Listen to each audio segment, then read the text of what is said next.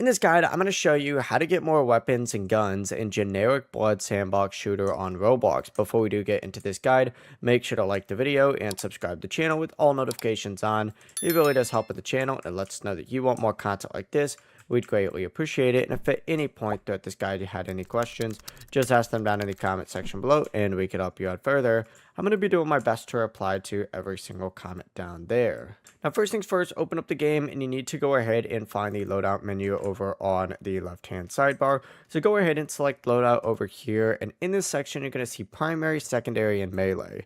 Essentially go into this tab in the primary, you're going to have a bunch of different stuff and you can unlock or equip different weapons. Like way later on, you can get like the Tommy gun, the Spaz, the Shark 12.7.